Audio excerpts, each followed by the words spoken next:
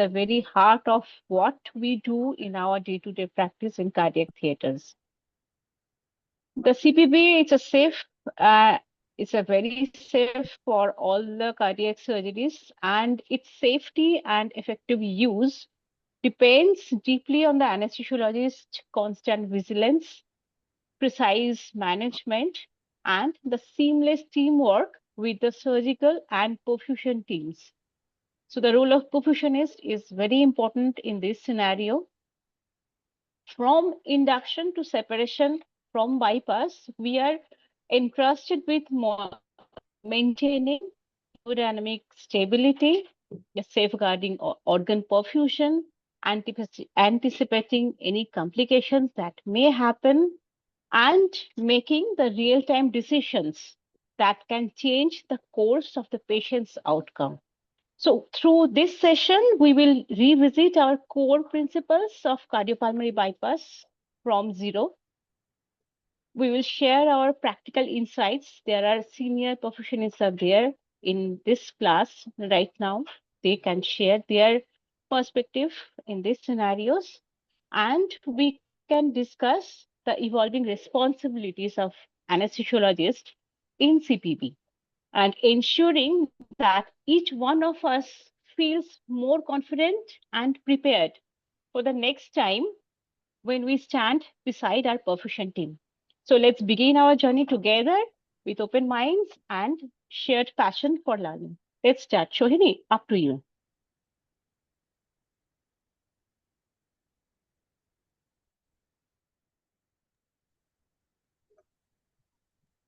You can start now, Shohini. Yeah, can you hear me? Am I Yes, audible? you are audible Okay. and visible too. Thank you. Okay. Okay, so we'll be covering basics of the CPB circuit, then initiation of bypass, weaning from bypass, and a few of the crisis situations which we may encounter during while going on CPB or like during weaning. So basically, why do we need a CPB machine? We need a CPB machine to isolate the cardiopulmonary system, basically for operation on the heart and the great vessels. So what should be the role of our circuit? Basically, it should act as the heart and the lungs. So you will add oxygen and remove carbon dioxide and perfusion of your vital organs. So very briefly about the history. So the first clinical CPB was used by John Gibbon Jr. in Philadelphia, and then routinely it was used by Cochrane from 1955 and at Mayo Clinic, and Lillehei at the University of Minnesota. So this is basically a CPB circuit. So basically what happens here is, so this is the venous cannula. So see, the venous drainage needs to be drained into a reservoir. Okay. So basically this venous catheter, so this entire thing is drained into the venous reservoir or the cardiotomy reservoir. Okay, then from here it will go to the roller pump over here, and then from there it will go to the oxygenator where your gases will get exchanged, and there is a temperature monitoring system. From there it will go through the pump through the arterial cannula into the patient, and then it will perfuse the vital organs. So there are four pumps here basically. One is from for your one roller pump is for the perfusion. Then there's suction. So you have like a sucker bypass also you can go for, and all the cardiotomy suction catheters which basically suck all the blood into from the field into your cardiotomy reservoir via this roller pump. Then you have a vent pump for the vent, and then another pump for the cardioplagia. We'll basically talk about the vent in detail in the coming slides. So what is venous drainage? Basically, blood is collected into the venous reservoir. It drains by siphon effect, that is gravity. So the pressure gradient for the venous drainage is basically the height difference between the RA and the venous reservoir. And the flow rate is determined by the pressure difference plus resistance of the venous drainage system, basically the tubing size and all of that. So these are basically the pictures of your venous cannula. This can be actually asked in your exams also. So the venous cannula is actually of two types. So there is a single stage venous cannula and there is a dual stage venous cannula. Now these are all single stage venous cannulas. Now there you can see a curved metal tip. There is a curved tip. They are all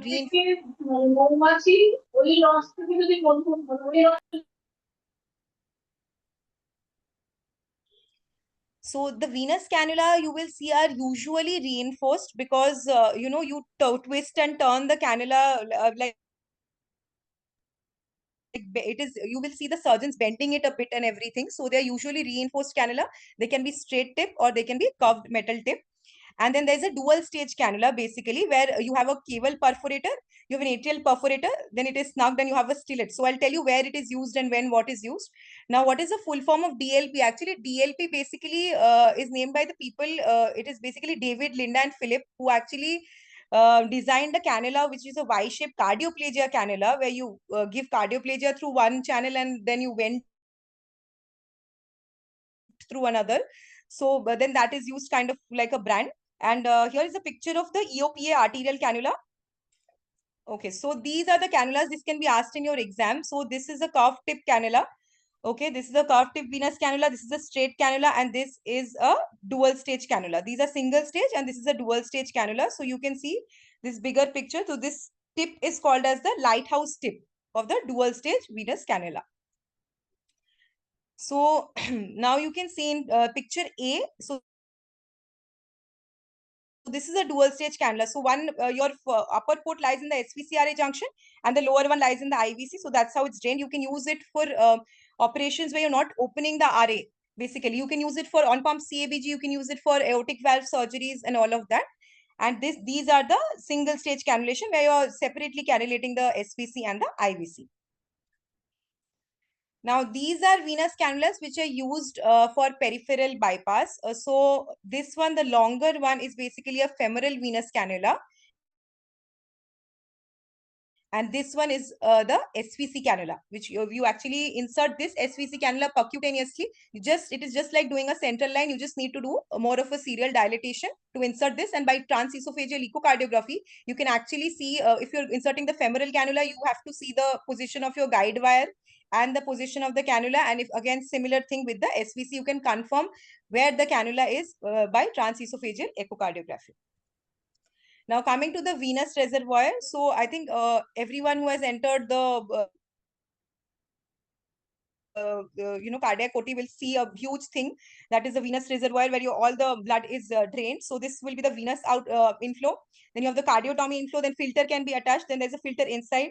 Reservoir level alarm is very important, because if the your reservoir level drops below a certain prerequisite level, then air can enter inside the arterial cannula and all of that, and then that can lead to massive air embolism. So we'll come to that, how we manage that.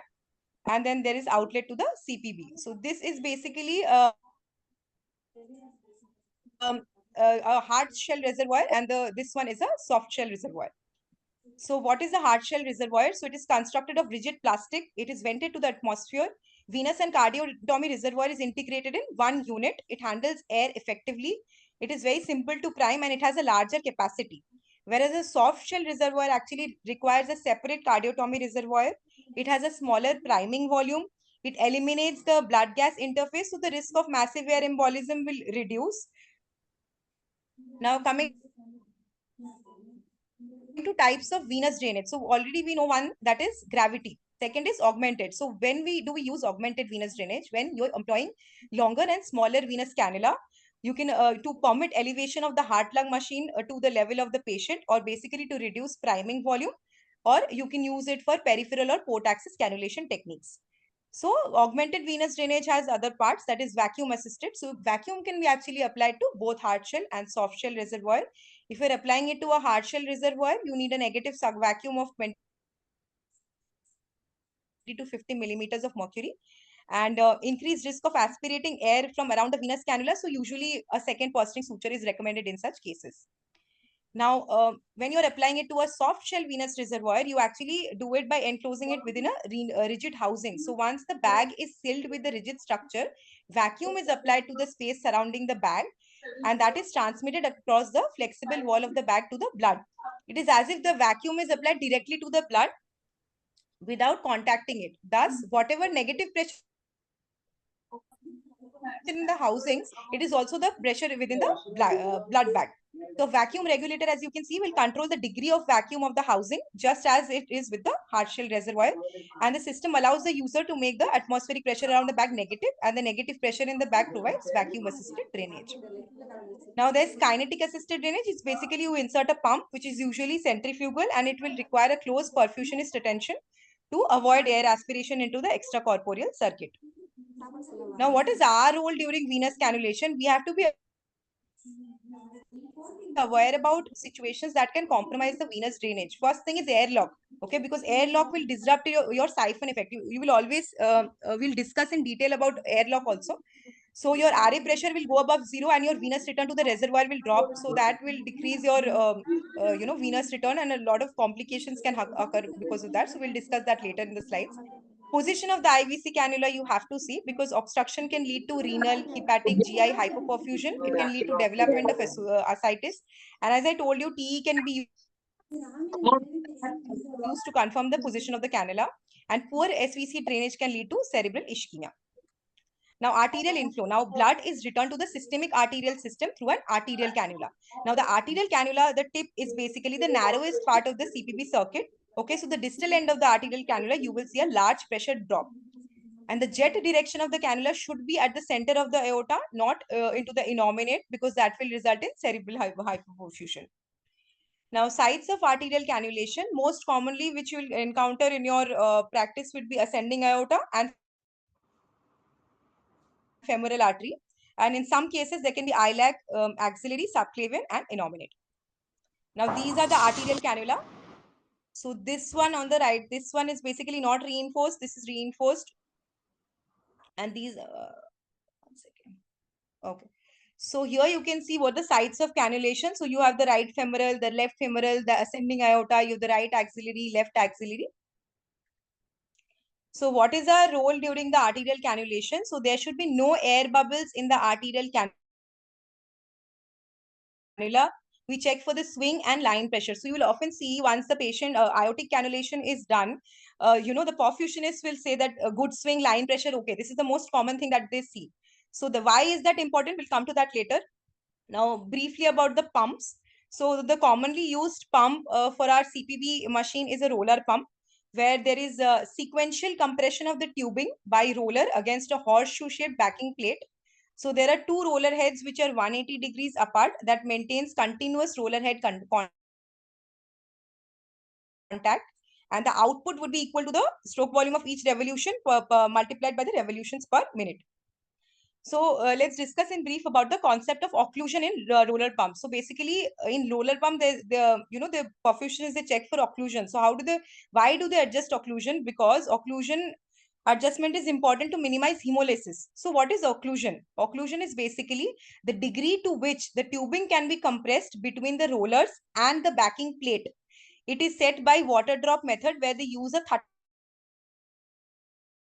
and 1 rule. So occlusion is set by displacing a column of water, that is the perfusate, 30 centimeter above the highest water level in the venous reservoir and allowing the perfusate to drop 1 centimeter per minute. So you have if there is an under occlusive pump, so there will be retrograde movement of fluid, which will increase if the downstream pressure increases. And if it's an over occlusive pump, it will result in hemolysis, WBC and platelet activations, spallation, that is wear on the tubing with release of microparticles. So we typically set it to barely non-occlusive. Now, what are the advantages of roller pump? It's very simple, effective, inexpensive. It has a low priming volume, reliable output, and afterload independent. Now, this afterload independent has a few disadvantages also, because if the downstream pressure increases due to any kind of an obstruction, that will result in rupture of connections. And any upstream inflow obstruction can result in cavitation, RBC damage. And if the venous reservoir is emptied, it can lead to massive air embolism. Coming to the centrifugal pump, so it operates on the constrained vortex principle. So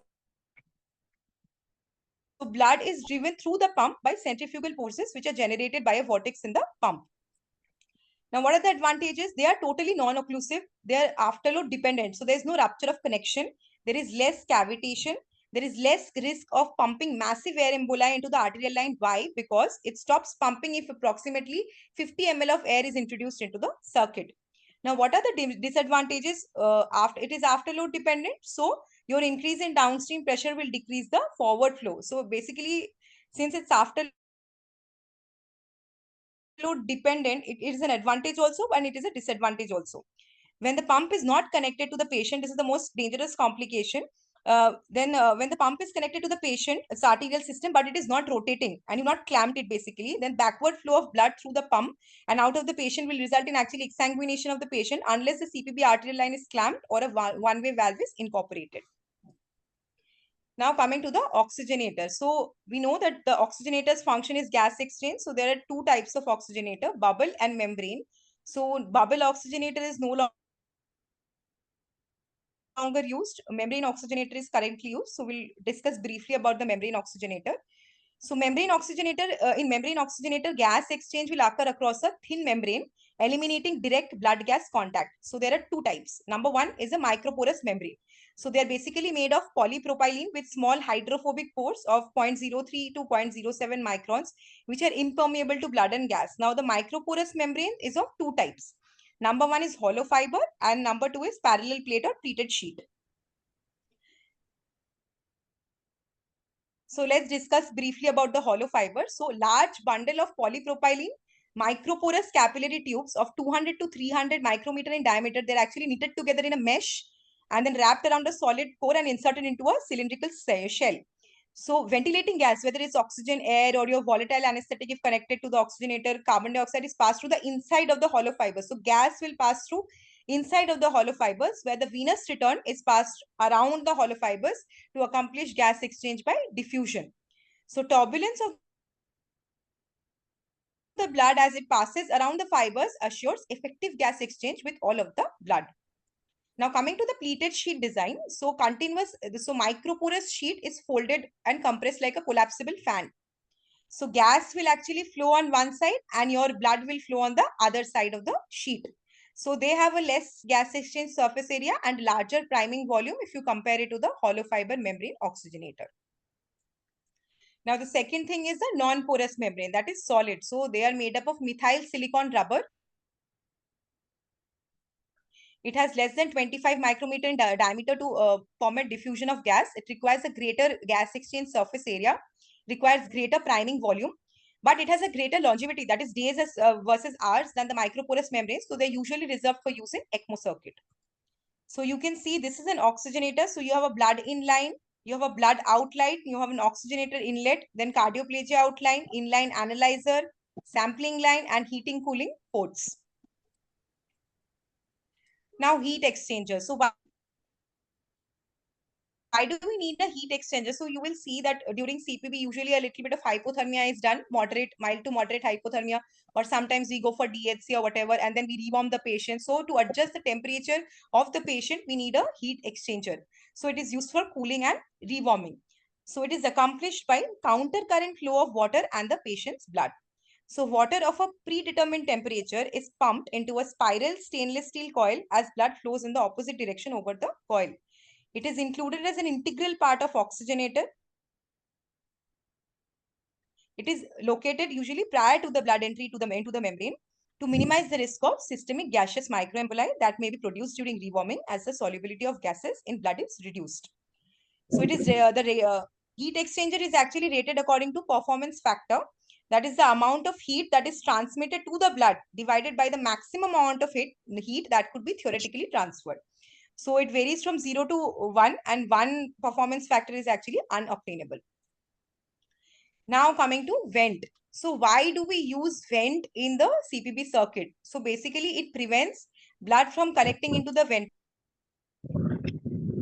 ventricles. So if blood collects in the ventricles, that will result in ventricular distension and result in impairment of subendocardial perfusion. And another most important thing is it will compromise the myocardial preservation. So when you're giving cardioplegia for arresting the heart, you give it at what temperature? You give it at temperature around 4 degrees Celsius, and the blood which is getting collected into the ventricles, that is your warm blood. So that will compromise your myocardial preservation. So where does this blood come from? So the source of the blood basically would be the bronchial vessels. It is the most common that comes into the LA and can come into the LV, or if there's a PDA is present or there's a shunt. So in that cases, these blood will come. Now the sites of venting. So sites of venting can be, one thing is you will see it is vented through the aortic root, number one. Number two is RSPB. From there through the LA into the LV. You can use it through the LV apex and into the pulmonary artery. These are the sites for venting. you will see a vent cannula being inserted into the PA very commonly, or a cannula being inserted via the RSPV into the LA. Putting a vent in the LV apex is not what I have seen till date, but theoretically you should know. Now coming to initiation of bypass. So let's discuss how do we prepare for bypass. So going on bypass, first thing that you need to do is anticoagulation.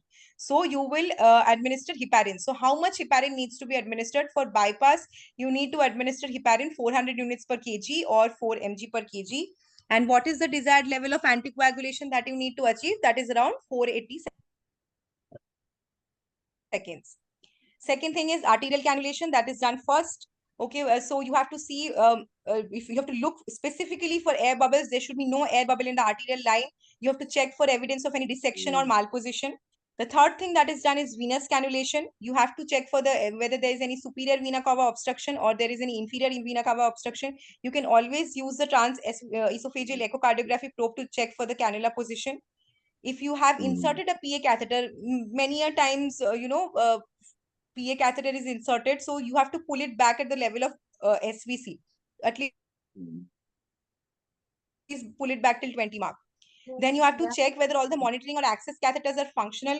If you're using TE, put it on freeze mode and put it in neutral position. You give the medications like neuromuscular blockers, make sure the anesthetic depth is adequate, and inspect the head and neck. Most importantly, you have to see for the color, symmetry, venous drainage, and pupils. Why, you will know later. So anticoagulation, like I told, heparin 4 mg per kg, target ACT is 400 to 480 seconds. Secondly, arterial cannulation. So arterial cannula, the tip is the narrowest portion of the extracorporeal circuit. Now, all of the systemic blood flow, jet effects, atheroembolism, malperfusion. So it is usually established before venous cannulation. Why? Because during venous cannulation, there can be a lot of arrhythmia or hemodynamic instability. There's manipulation of the heart. So the arterial cannulation will allow for volume resuscitation. And if any injury occurs or something, you can go for on sucker bypass if the arterial cannula is already in place. Now, ascending aorta is the preferred site and the most common site. Now, what you need to remember is that during arterial cannulation, lower the systolic blood pressure to less than 100 millimeters of mercury. We'll always see everyone keeping the pressures around 90 millimeters of mercury. Now, coming to the venous cannulation, usually you can use a bicaval cannulation, that is cannulating SVC and IVC separately, or you can use a dual stage cannula for like aortic valve surgeries or like CABG, which is being done on pump. Then during venous cannulation, there is usually distortion of the heart. So that can lead to decreased venous return, resulting in hypotension. It can precipitate atrial arrhythmias, atrial fibrillation. There can be tachycardia. There can be bleeding. There can be air entrainment, and there can be a deadly complication like tear of the IVC. And again, TE is very important. You can rule out malposition of the cannula. Now going on CPB. So how do you go on CPB? So basically, first thing they do is after aortic cannulation, they will slowly unclamp the venous line. So targeted fluid flow is reached, so the heart is emptied. Arterial pressure waveform will become non-pulsatile. So initially, after just while going on CPB, there's 2 minutes of significant hypotension, which is common with the onset of CPB because of abrupt hemodilution, electrolyte and acid-base abnormalities, imbalance of volume status. But if persistent hypotension is present, you have to rule out arterial dissection. And once the patient goes on full flows, then you can discontinue ventilation. Then after that, aorta is cross-clamp. So during the cross-clamp, your CPB flows needs to be reduced. That is a very, very critical maneuver. And then cardioplegia is administered.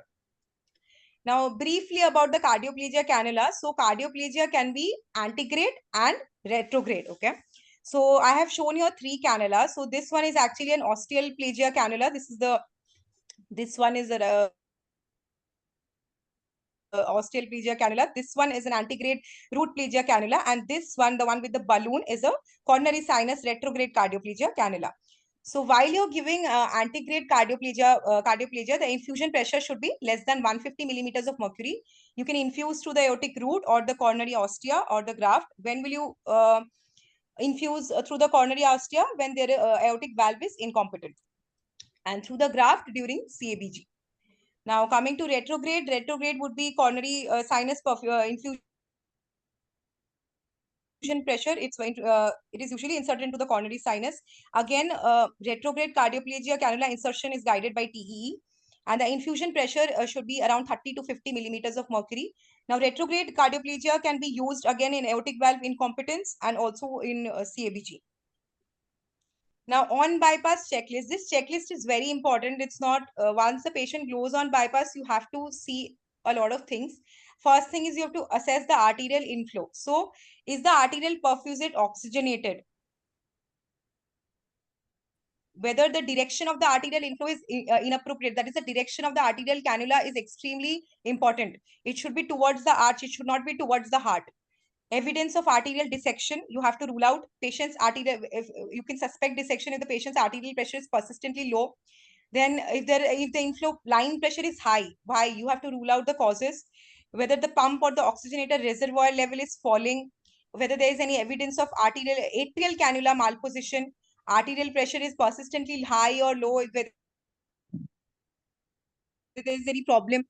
There can be unilateral facial swelling or discoloration. Why? This can be because of any malposition of the cannula. Symmetrical cerebral oximetry. So basically, there can be a malposition of the arterial cannula also. There can be hyperperfusion of the innominate, or there can be malposition of the venous cannula that can result in that can disrupt your venous upper body venous drainage. Now you have to assess the venous outflow. Is the blood draining to the pump or the oxygenator venous reservoir? You have to rule out any evidence of SPC obstruction, any facial venous engorgement or congestion, whether the CVP is elevated or not. And then when the bypass is complete or not, whether the patient has gone on complete bypass or not, you have to see whether there's a rule out any high CVP or low PA pressure, impaired venous drainage, low CVP or high PA pressure, whether there is any large bronchial venous blood flow, aortic insufficiency, arterial and PA pressure is non-pulsatile or not, and desired pump flow is established or not. Once you have ensured all of these things, then you have to discontinue drugs, fluid administration, discontinue ventilation and inhalation ducts to the patient's lungs. Now, there's some concept that is flooding the field with carbon dioxide. Why do we do it?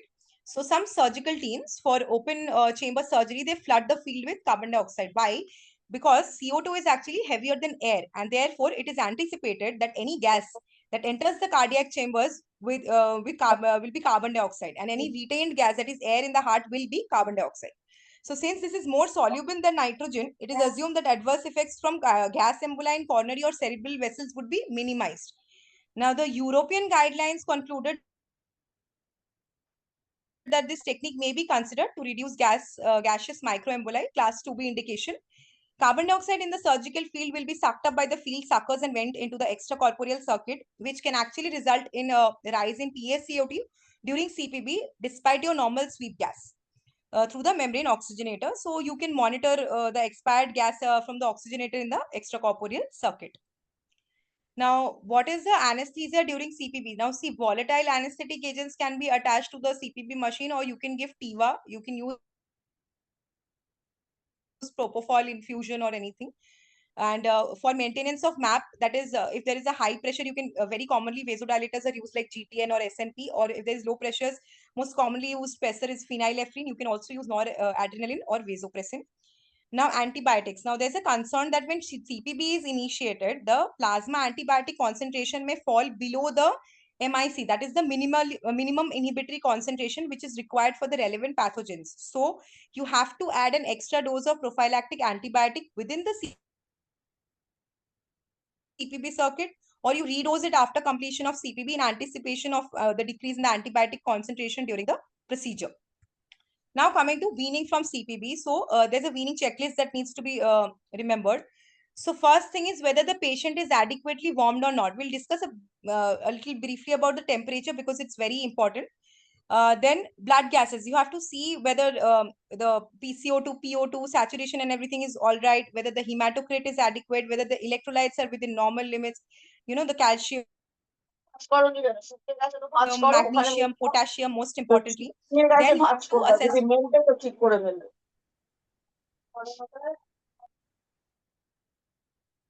Then we have to assess for the cardiac assessment. So basically, you need a stable rhythm, a stable sinus rhythm basically to be ideal. Then you need a good heart rate, and you have to check before weaning that whether the pacemaker is working or not. You have to assess the ventricular function and contractility, cardiac preload and afterload, valvular function, and you have to assess whether de-airing is completed or not. So how is the de-airing done? So before cross clamp release, you need to de-air the heart when a chamber is opened, specifically the left. So for mitral valve surgeries or aortic valve surgeries, when you're opening the left side of the heart, you need to de-air. So how will you de-air? So basically, reverse Trendelenburg position is given first, to de-air the LA. And then you give a reverse Trendelenburg position to de-air the LV apex. So the most common site basically for air entrainment is the LA appendage, LA, the pulmonary veins, and the LV apex. You will basically see air pockets, so you have to do the bagging and you have to effectively de-air before the release of cross clamp. And then you have to reverse the route so that whatever little bit of air is remaining is being sucked up by the root vent. Then you have to check whether your inotropes, pressors, dilators, or everything is ready to be started when needed. You have to assess preoperatively only. You should assess whether the patient, you have to anticipate whether the patient needs any kind of mechanical support or not, whether the patient is patient's profile needs an IBP or an ECMO or a VAD or anything. You need to assess that and you need to keep that standby in case. Blood products or coagulation factors should be made available. That is actually checked at the beginning of the surgery. You have to determine the protamine dose and keep it loaded. If you are using a cell saver, supposedly for like aortic surgeries and all, you should keep it standby. All the alarms should be reactivated. Transducers should be re-zeroed before you start weaning the patient from CPB. You have to make sure that the reperfusion time is met. So usually your reperfusion time is 1/3 of the ischemia time. So suppose 30 minutes is your cross clamp time supposedly. At least you should wait for 10 minutes, you should give before you start weaning and everything. Then you have to start mechanical ventilation, recruit the lungs for treat that atelectasis, re-administer anesthetic drugs and paralytics. Make sure this is especially during rewarming. There's highest chances of awareness. So make sure once you start rewarming, you re-administer the anesthetic drugs and paralytics. And once you start weaning from CPB also, you should make sure that the anesthetic depth is adequate. Then agreement by the team members. This is very important. The surgeon, the anesthesiologist, and the perfusionist should be in sync. Everybody should, there should be, most important thing is effective communication in the OR. While you're weaning a patient from CPB, there should be effective communication. Usually there is a protocol that is separate, that is set by every institution, that is usually followed. So this is just a brief idea about how weaning is done and what all you need to keep in mind before starting to wean the patient from CPB. So briefly about the temperature. Temperature is very, very important. So optimal site for temperature measurement, the oxygenator arterial outlet blood temperature is recommended to be used as a surrogate for cerebral temperature measurement during CPB. So this is the most important thing, and this you can see on the CPB panel. You will see the oxygenator outlet blood temperature. So that would be a surrogate for cerebral temperature. This is class 1 indication. You have to monitor it. So to accurately monitor cerebral perfusive temperature during warming, it should be assumed that the oxygenated arterial outlet blood temperature will underestimate the cerebral perfusive temperature. So this is very important to keep in mind. So most of the institutes, we use a nasopharyngeal temperature. We don't usually use pulmonary artery catheter routinely. So that is reasonable for weaning and immediate post-bypass temperature measurement. And our goal is basically, during rewarming, our goal is basically to prevent cerebral hyperthermia and hypothermia also. So you have to avoid hyperthermia. So the surgical team should limit the arterial outlet. Basically, this is done by the perfusionist. So it should limit the arterial outlet blood temperature to less than 37 degrees Celsius to avoid cerebral hyperthermia. This is very, very important. And the peak cooling temperature gradient and rate. So what is the rate of rewarming? So this is very important. It's not like, within 2 minutes, you will rewarm the patient from 28 to 37 degrees Celsius. So the temperature gradient from the arterial outlet and venous inflow on the oxygenator during CPB cooling. So while you're cooling, it should not exceed 10 degrees Celsius to avoid generation of gaseous emboli. And rewarming also similar. The temperature gradient from the arterial outlet and the venous inflow on the oxygenator during CPB rewarming should not exceed 10 degrees Celsius to avoid outgassing when warm blood is returned to the patient. So you have to remember the temperature gradient between the arterial outlet and the venous inflow to the oxygenator should not exceed 10 degrees Celsius, and never let the arterial outlet blood temperature cross 37 degrees Celsius. Now,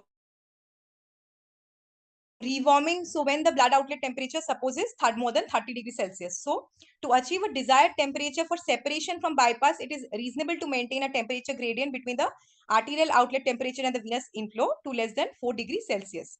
So rate of rewarming is usually less than 0.5 degrees Celsius per minute. So less than in 1 minute, you will increase the temperature by 0.5 degrees Celsius. Now, when the rewarming, so when your outlet temperature is less than 30, so usually, we cool the patients till 32. So usually we'll follow number 1. But if it is less than 30, then again, you have to maintain the desired gradient of 10 degrees Celsius between the arterial outlet temperature and the venous inflow. Now coming to the rhythm. So the entire thing, as we had talked about it here, that cardiac assessment, we have to see the rhythm, rate, ventricular function, contractility, preload, afterload, and everything. So let's discuss briefly about that. So you need an organized, effective, and a stable cardiac rhythm for weaning. That is essential. So what is ideal is basically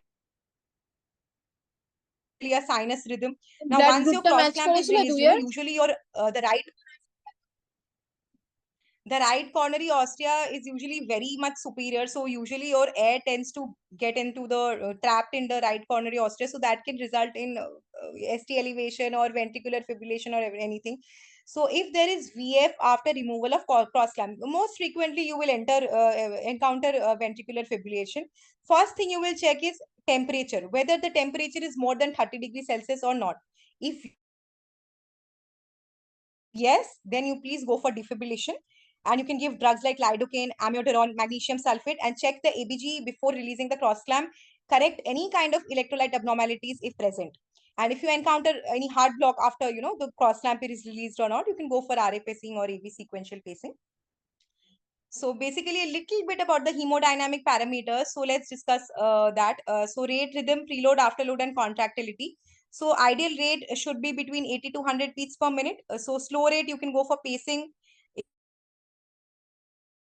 If there's a fast heart rate, you see whether the heart is underfilled or not. Usually once we start weaning and the load on the heart is increased, the heart rate usually starts coming down.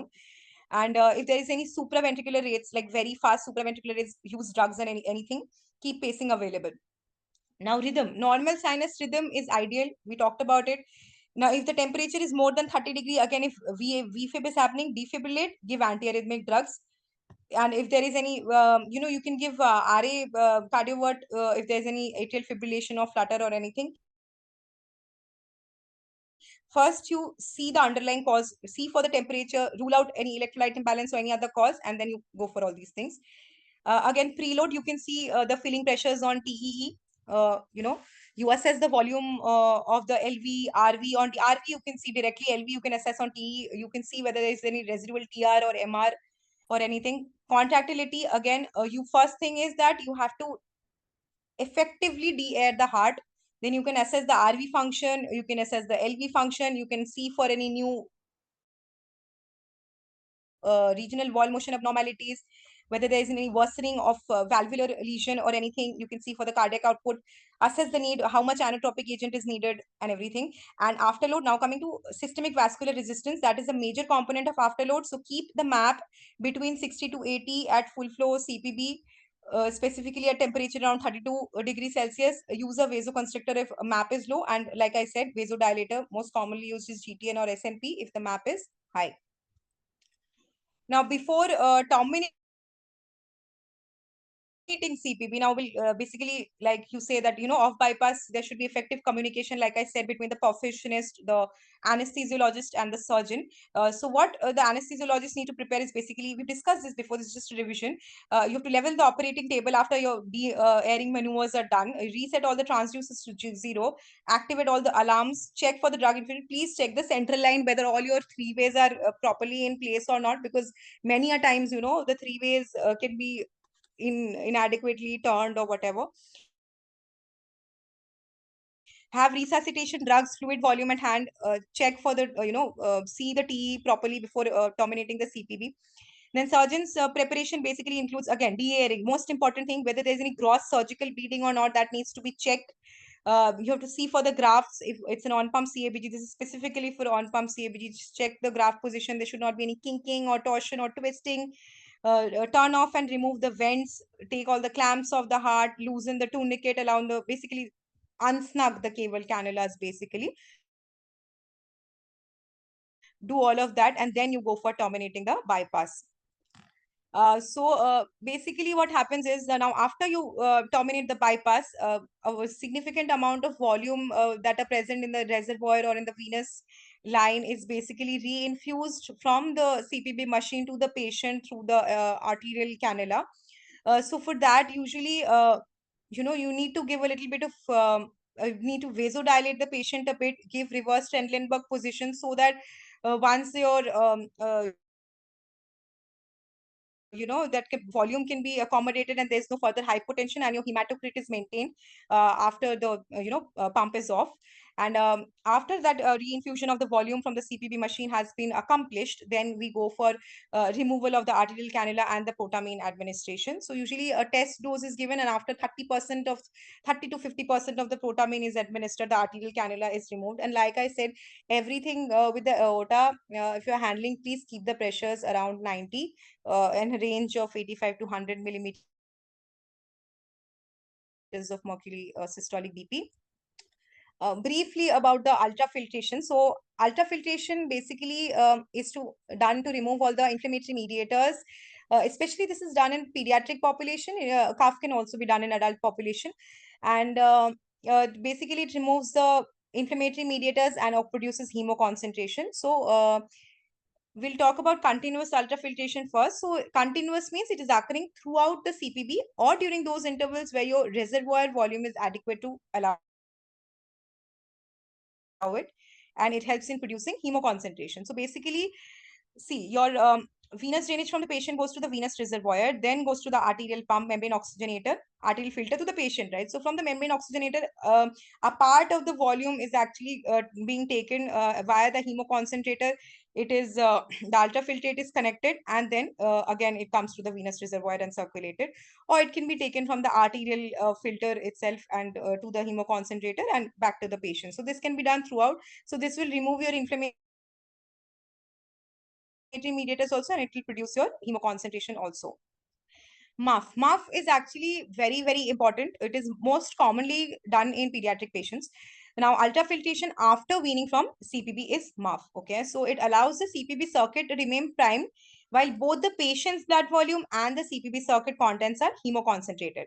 So you can do it via two systems. So there's one arteriovenous system, and then there's one venovenous system. So the arteriovenous system, so your inflow to the arterial, your inflow to the ultrafiltrator is directly from the aortic cannula. So you take blood from the aortic cannula, and outflow from the ultrafiltrator is through the RA. So the blood, how will you keep the blood volume constant as your ultrafiltrate is lost? You basically replace it with blood from the CPB circuit, which also passes through the ultrafiltrator before being delivered to the right atrium.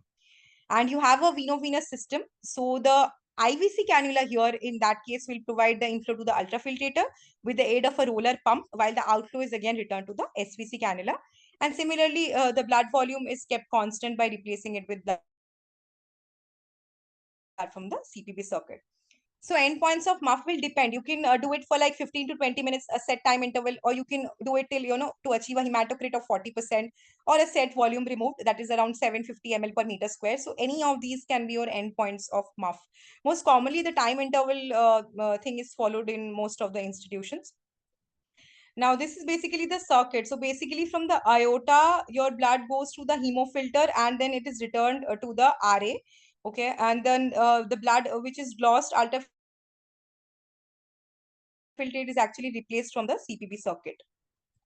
Now there's something called as dilutional and zero balance ultrafiltration. So they're basically same as cuff only, but they involve high volume ultrafiltration because here a crystalloid solution is continuously used to replace the ultrafiltrate to maintain the reservoir volume.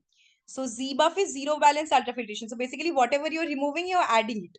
whatever is being removed, the similar amount is being added. So that requires ultrafiltration rates of around 200 ml per kg per minute, and your dilutional requires rates of around 40 to 80 ml per kg per minute. They will not cause any hemoconcentration, but they are more beneficial in removing inflammatory mediators. Now, this is very important. Let's discuss briefly about the CPB emergencies. Like I was talking about the malposition of the aortic cannula. Now, malposition of aorta. So basically, malposition can result in aortic dissection. It can result in other things also, which we'll discuss. So first, let's talk about aortic dissection. So if aortic dissection suppose happens, so basically preventing it is basically you keep the pressure. Your job is basically to keep the pressures low, to make sure that once the cannula is in situ, even the surgeon, anesthesiologist, and the perfusionist should check the swing and the line pressures. Okay, so if supposedly aortic dissection happens, so you have to assess the extent of the dissection first, so that you can do with epiaortic ultrasound, or you can go for TEE. You assess the cerebral perfusion. You can see for the assess the myocardial perfusion and see how severe is your aortic regurgitation. Okay, so you have to reduce CPB flow in that case, reduce the arterial pressure. So if you're detecting it early during the CPB, you actually try to discontinue the CPB. Why? Because if you let the native heart perfuse the true lumen, and you can let the native heart perfuse the true lumen. Otherwise, you have to start inducing cooling. Okay, so then you have to transfer the arterial cannula to an alternate cannulation site, usually which is the femoral artery, or like a descending distal part of the ascending aorta or the arch. So in that case, if you are transferring the arterial cannula to like an alternate cannulation site, it is very, very important that you do not introduce the cannula into the false lumen. Okay, so that you can do with epiaortic ultrasound, transesophageal echocardiography, anything. And you try to move the aortic cross clamp as far distally as possible by preserving flow to the innominate artery. In this case, you have to induce deep hypothermia, consider cooling of the head. Then you open usually surgeon opens the aorta, assesses the nature of the injury, and then they decide on the definitive repair, whether local plication is enough, or you need to excise and with or without a patch, or you need a tube graft with the ascending aorta. Whatever decision that is taken by the surgeon, and then it is determined whether it is, if it's damn severe, whether whether it would be appropriate to complete the original procedure or not. That is determined. Now, how can you prevent it? First thing, you have to see for any presence of any atheroma or anything, the thickness of the aorta and everything. That can be actually done by epiaortic assessment before cannulation. Again, like I told you, have to control the systolic BP during cannulation. Keep it less than 80 to 100 millimeters of mercury. With the epiaortic assessment, you can actually see areas of plaque. You will always find surgeons palpating the aorta to see the presence of any plaque, so that they can place the aortic cannula carefully away from the areas of plaque. Again, perfusionist role is basically to check the circuit line pressure, whether it is correlating with your arterial line, radial, or whatever, wherever your arterial line is, femoral or whatever. And then what they do is they basically infuse a bolus of around 100 to 200 ml through the aortic cannula to observe the circuit line pressure. Now, Debois actually, he had described an ingenious test to rule out a misplaced arterial cannula. So what happens is, during retrograde priming, fluid is drained from the arterial cannula to a collection bank. So if there's any absence of fluid return, or the flow is less than 500 ml per minute, that is actually indicative of malposition or any kind of occlusion. Besides that, again, high pressure alarm needs to be audible, and all of these things you have to keep in mind during aortic cannulation. Another thing that can happen is there can be innominate or carotid artery hyperperfusion. So in one of the arch vessels, your cannula tip has entered, and that results in hyperperfusion. So how will you diagnose? You have to see for the following signs, that is facial flushing, pupillary dilatation, conjunctival edema.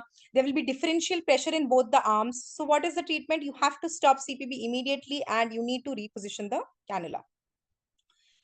There's a very dangerous complication which you will mostly not encounter routinely nowadays, because of the difference in the looks of your arterial cannula and venous cannula and everything. And so reverse cannulation. So when your venous drainage is actually connected to your arterial cannula, and your arterial inflow is connected to the venous cannula. So That will actually result in extremely low systemic pressure and very, very high venous pressure. And it can also result in the entrainment of air in the aortic cannula because of the negative pressure that develops. So your treatment is basically avoid reverse rotation of the pump, stop the CPB, steep head down position, and massive gas embolism protocol if necessary. Okay. So we will discuss about the massive gas embolism protocol in the subsequent slide. Another thing, obstruction to venous return. So what why I had told you earlier that during venous cannulation, it is very, very important to see to rule out malposition of SVC or IVC cannula, because any kind of obstruction to the venous return will decrease the venous drainage. It will lower the reservoir volume, and that can result in increased risk of air embolism. That will result in increased venous pressure. So if that increases, your organ perfusion pressure will get decreased. And to avoid the reservoir from emptying, then perfusion flow rate needs to be reduced. You have to add extra volume to maintain the reservoir volume. So what are the causes of obstruction to venous return? Most commonly that is encountered is airlock.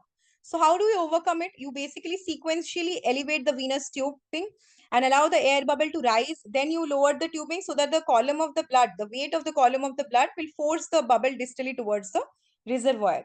Besides your airlock, there can be mechanical, suppose lifting the heart or something that is actually causing, any kinking of the cannula and hampering the venous drainage. So basically, whenever you see that the venous drainage is being compromised, you please alert the surgeon so that the cannula position is checked and everything for restoration of the venous drainage. Another thing, very, very important, which I've already discussed before, is the high pressure in the arterial pump line. So line pressure is being checked. So normally your arterial inflow line pressure is usually 3 times the patient's arterial pressure. So what can be the causes? So there is usually it's kinking of the line, or clamping by the surgeon, and that you're not aware his line pressure is coming high, or the cannula is a smaller size cannula, or there's any malposition. So that can actually result in excessive pressure that can lead to rupture of the tubings. Now, coming to the most important thing, that is massive gas embolism. So, cannulation of the heart with aortic or venting catheters actually are a primary source of massive gas embolism, and also if the reservoir becomes empty in cases of your heart shell reservoir and roller pump, basically. So if that happens, what do you do? So this is very, very important. This protocol is, you will find this protocol in each and every book of CPB. So basically, first thing you have to do in that case is basically stop the CPB. That is done by the perfusionist. Then the surgeon will basically clamp the arterial and venous line, and entire operating room should be, notified that an emergency has been, an emergency situation is there. What is our role? Our role is basically to place the patient in steep head down position. We do that, and the surgeon and the perfusionist, they locate and isolate the source of air. Surgeon usually removes the aortic cannula to vent the air from the aortic cannulation site, de-air the arterial cannula, pump line, refill it with fluid. That is done by the perfusionist. So now you're seeing if massive cerebral embolism is unlikely. So if it is unlikely, then you have to do the following things. Number one, you have to confirm whether the CPB reservoir has sufficient volume or not. And if it is sufficient, you can consider resuming CPB with, you can use aortic root venting.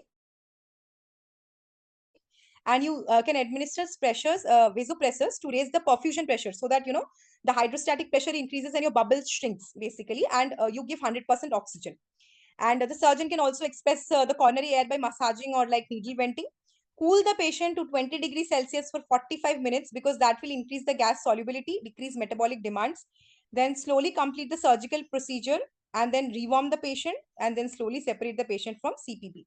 Now, one thing that we have to do is that we need to ventilate the patient with 100% oxygen for at least 6 hours to maximize the blood alveolar gradient for elimination of nitrogen.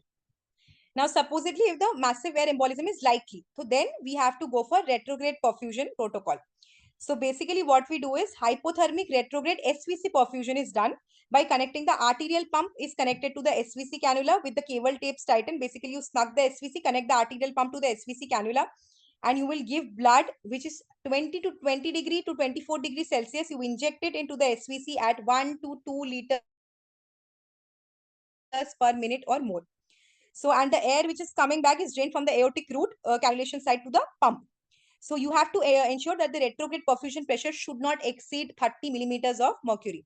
So while you do this, carotid compression is usually performed intermittently so that you to purge the air from the vertebral arteries. So this needs to be done for at least 1 to 2 minutes. If you see that air is still continuing to exit from the aorta, you can repeat it for another 1 to 2 minutes. Once you feel that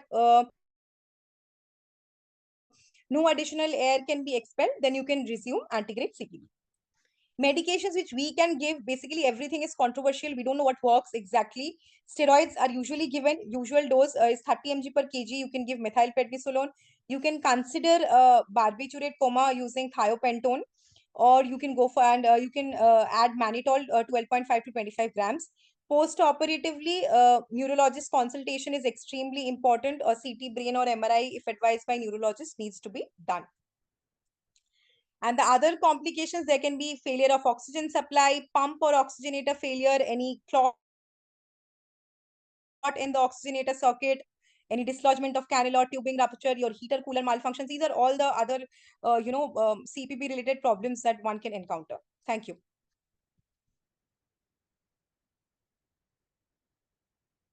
Thank you.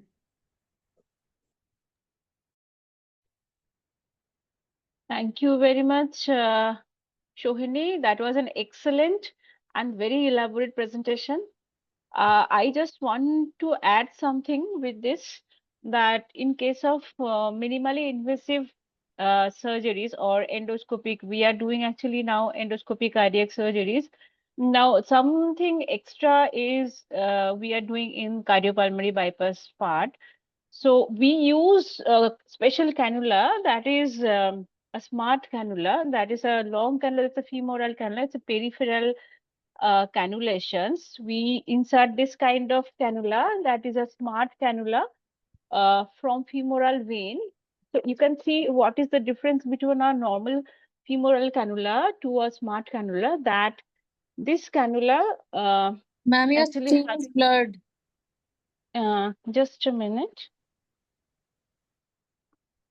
Can you see it?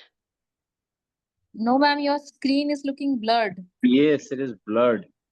No. Now you can see the, can you see it now? Yes, yes, yes.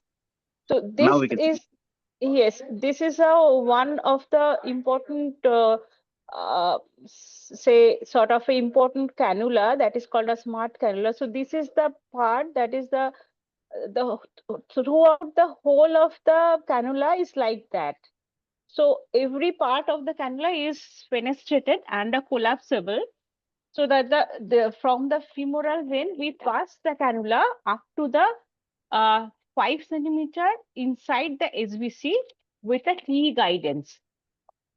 So throughout the cannula, the venous flow comes into the venous reservoir, so that heart becomes totally empty.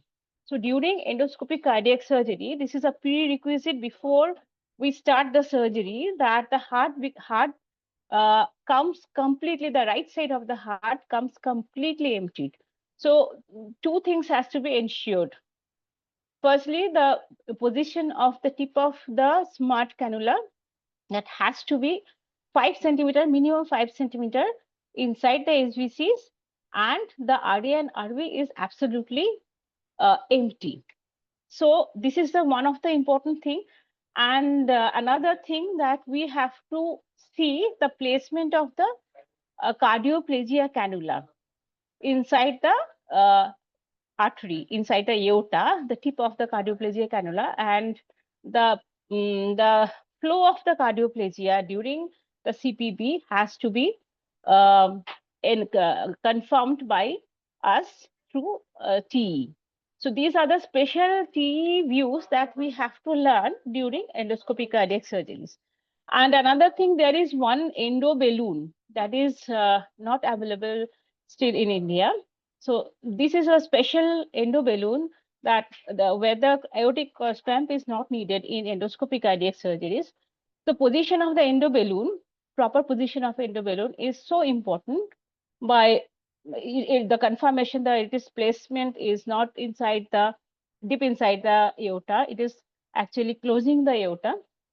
So this has to be confirmed through TE.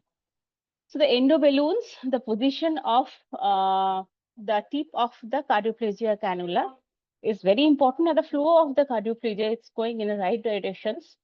And the remaining of the cardioplegia comes from the coronary sinus into the RA is important, and the position of the tip of the smart cannula and the RA-RV structures is so important in endoscopic cardiac surgeries. So this is the extra things that we need to get into our mind in minimally invasive endoscopic and I think robotic surgeries. So Ari is there with us. I think Dr. Lalit Kapoor is there with us. Sir, can you please enlighten us about what are the important anesthesia part that you need to know before going into the CPB and during coming back from the CPB?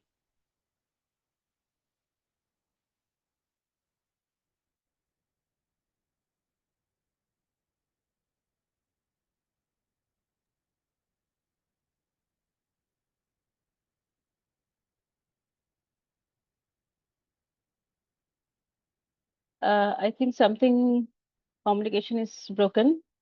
Devlada is with us. Can you tell us, Devlada, any ideas, any suggestions, or any comments about this topic? So Yeah, it is nicely discussed. And one point I want to add, yes, as we are double venous line using for every CPB cases having SBC, IVC separately, we are monitoring the venous drainage quantity, how much we are draining in individual line, and saturation also. So that way we can identify sometime so which cannula drainage is not adequate, and accordingly we have at least 5-6 cases I have pointed out surgeons that it has been effective for the overall post-op.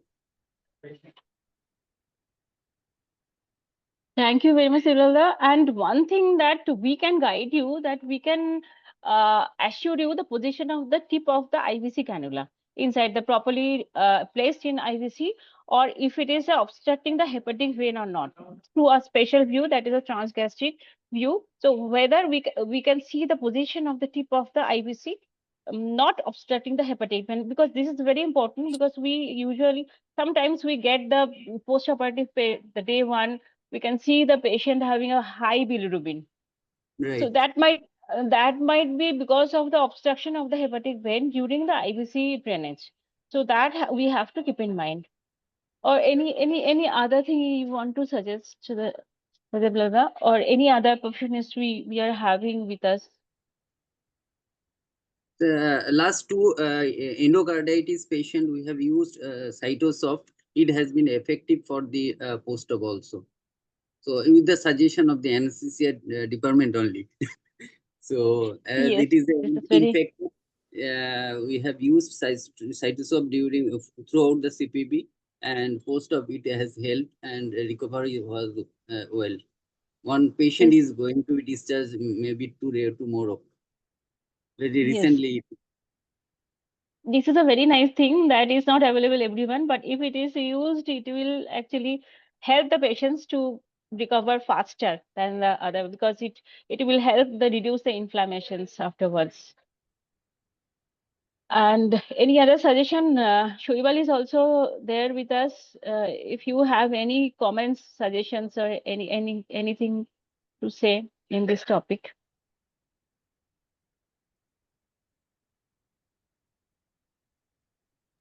Nice presentation, ma'am. But one more thing is the duration of the pump run. It is the very difficult. And what is the health check of the oxygenator? Sometimes I feel that the oxygenator is working well. We suggested we checked through our AVG, but if you run the oxygenator above 3 hours or 4 hours, I may need to the post oxygenator checked necessary, and venous drainage checked. They will told us SBC and IVC flow, but sometimes the probe is not available in during pediatric case. Must check SBC saturation or mixed IVC saturation. So Yes, that is very important. consult with our team member, anesthetist and surgeon. We also pre-evaluated if albumin needed. We added albumin prime in below 5 kg patient in pediatric, or maybe duration this patient or duration of the pump run. We added albumin also. So And nothing. this is the important thing also, that we are doing a paper on that, clinical research on that. In endoscopic cardiac surgery, we are giving albumin in all the patients, and this is actually very helpful in the postoperative albumin level and recovery of the patients. So One more thing, yes, during femoral cannulation, we connected the reservoir with negative suction. But if you continue to use this negative suction, the health of oxygenator and the oxygenator adding with blood and oxygenator CO2 remove this oxygenator, it will be harmful to the oxygenator also if you continue to use the negative pressure. But every hospitalator have no micro negative pressure scale. What our oxygenator or recommended is minus 20 to minus 25 30 mm negative pressure we are using, but we are used the negative suction from maybe well, maybe our cardiotomy suction. So yeah, I feel that the negative suction limited, it should be checked. It will be so effect. how to check it? How to check it? If we don't have any other things to check it, how to check it? Yeah, What is the solution? yeah, I feel that the need to negative suction, which one is controlled from minus 10, minus 20, minus 30, minus 40 scale, as like as blender. When we are using a blender, adult blender in pediatric, the blender gas flow like written in ml, but another is 100 ml, 200 ml, 300 ml, another scale also. So that will be effect if we get this good suction with narrow range. That will be help to us the drainage maintaining in continuous CPP. Yeah, that's very important. That's very important point. So we actually ask the management to look after these things. That's very important. Any other persons, any queries, any comments, or any suggestions that is about this topic? One thing is, ma'am, we are doing in mini circuit. We are trying to reduce our less circuit, but we are not trying to the monitoring with the help of AI. All things, whatever last 2-3 cases we done our Essence pump. The pump is integrated with all monitoring closed system like gases and electrolytes. Everything's measuring. It will be help all. So I feel that the authority will purchase this type of machine, heart lung machine, which is in continue monitoring system. Yes, absolutely, absolutely. Yeah, we'll be having this kind of machine, I think, near Pujo, and not about the other hospitals. I don't know about the other hospitals. Shohini, do you have this Asians machine which is having the continuous ABG monitoring system? No, ma'am. I have not seen. Yes, I think very little places have these facilities, this fascinating facilities.